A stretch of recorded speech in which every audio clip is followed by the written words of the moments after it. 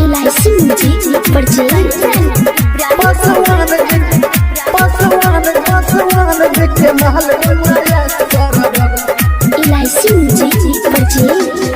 सुनो ये बंगाल वाली चुमे द तू होट के लाली पास तनी सट दूर मत हट एह बॉबी सटबू की ना हो। सुनो ये बंगाल वाली चुमे द होट के लाली पास तनी सट दूर मत हट। चढ़ल जवानी कितना लेस करबू, चढ़ल जवानी कितना लेस करबू। जिंदगी के मजा कैस करबू। पासवान जी के महल बन जायस करबू। जिंदगी के मजा कैस करबू।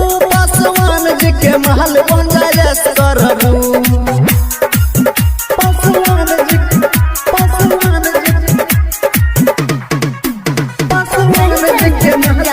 जायस करबू।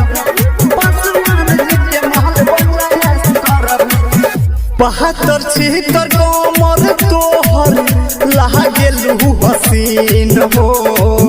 कहबिल जुगा के रखबू नहबा कहा मसीन हो।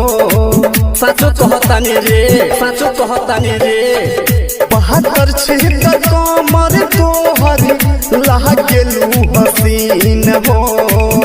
कहबिल जुगा के रखबू नहबे कहा मसीन हो।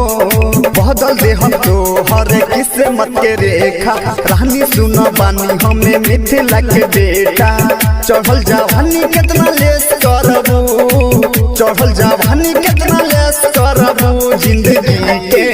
जिंदगी के मजा कैस करबू। पासवान जी के महल बन जायस करबू। जिंदगी के मजा कैस करबू। पासवान जी के महल बन जायस करबू। पासवान जी के महल बन जायस करबू। पासवान जी के महल बन जायस करबू।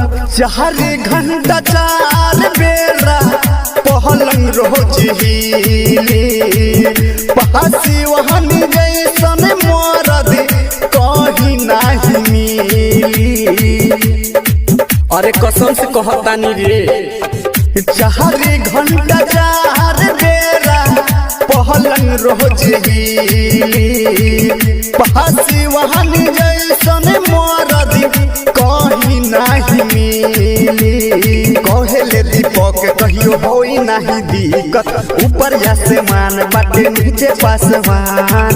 चढ़ल जवानी कितना लेस करबू, चढ़ल जवानी कितना लेस करबू।